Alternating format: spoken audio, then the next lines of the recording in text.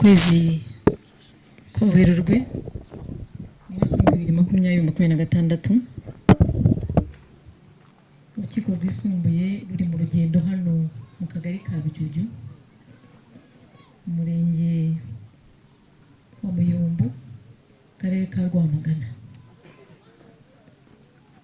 nkuko bushize bari hano tuburanisha urubanza rwa Karamage Jean Claude ubushinjacyaha aburana n'ubushinjacyaha ndetse n'urubanza rwa Nyirabiyaremye Agnes na Mugenzi Joseph. Tugarutse hano tuze gusoma icyemezo cy'urukiko muri izo manza, ariko mbere yuko tubagezaho imicire y'urubanza tagira ngo dusabe abaturage ba Bijuju mwese kudufasha, sibyo? Ibyo tubasaba murabitwemerera kugira ngo rero ibintu bigende neza. Tubasaba ko icya mbere mutuza kugira ngo tubagezeho icyemezo. Cya kabiri ntabwo ari byiza gufotora aba bantu bari hano imbere y'urukiko, n'abanyamakuru twababwiye uburyo ki bagomba kubafotoramo. Cya kabiri mwakwishimira icyemezo mutakishimira ntago musakuza, ntago mukoma amashyi, ntago mukomera, ibyo bintu ntabwo ari byiza, sibyo? Murabitwemereye? Murakoze. Urukiko rero rukomeje na gahunda twari tumaze kubabwira yo gusoma imanza, kagira ngo dusabe Karamage Jean Claude ahaguruke. Ese ni wigira imbere gato aho ngaho. Ubushinjacyaha bwaregeye urukiko Karamage Jean Claude aregwa icyaha cy'ubwicanyi yakoreye wari umugore we ndetse n'umwana. Karamage yaburanye yemera icyaha,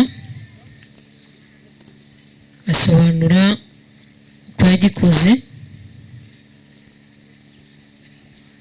asaba n'imbabazi. Niko yasoje asaba imbabazi abanyarwanda n'igihugu cy'u Rwanda. Mu gusuzuma dosiye ya Karamage Jean Claude, urukiko rwabonye ko nubwo yemeye icyaha, uburyo yakozemo icyaha bigaragara ko yari amaze igihe kinini agitegura, ariko umugore we ashobora kuba atarigeze abibona, kuko ubugome yakoranye icyo cyaha bigaragaza ko ari ibintu yari amaranye igihe.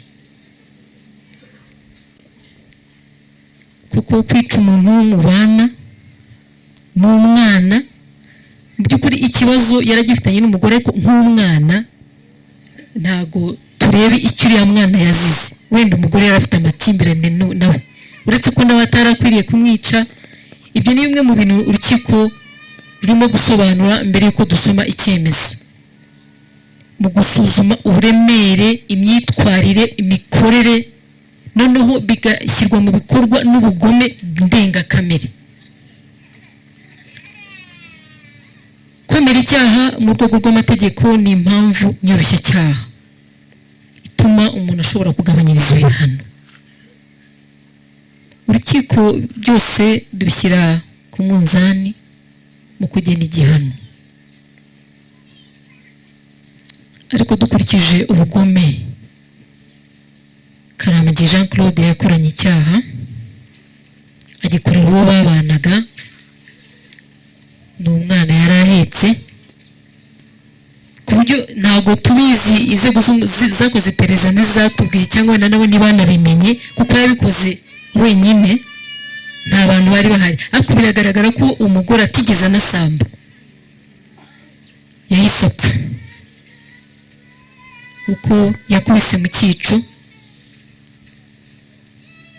Ibyo bigaragaza ko ubundi iyo umuntu ushobora no kumukubita wenda ukanamubabaza utagamije kumwica, ariko yakubise mu cyico, bishoboka ko uyu Anne-Marie ashobora kuba atarasambye.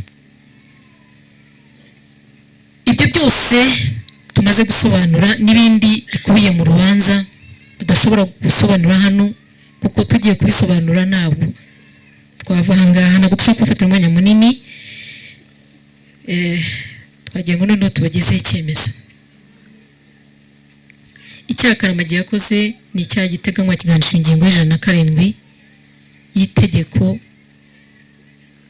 riteganya ibyaha n'ibihano muri rusange kuko ryavuye kugeza ubu.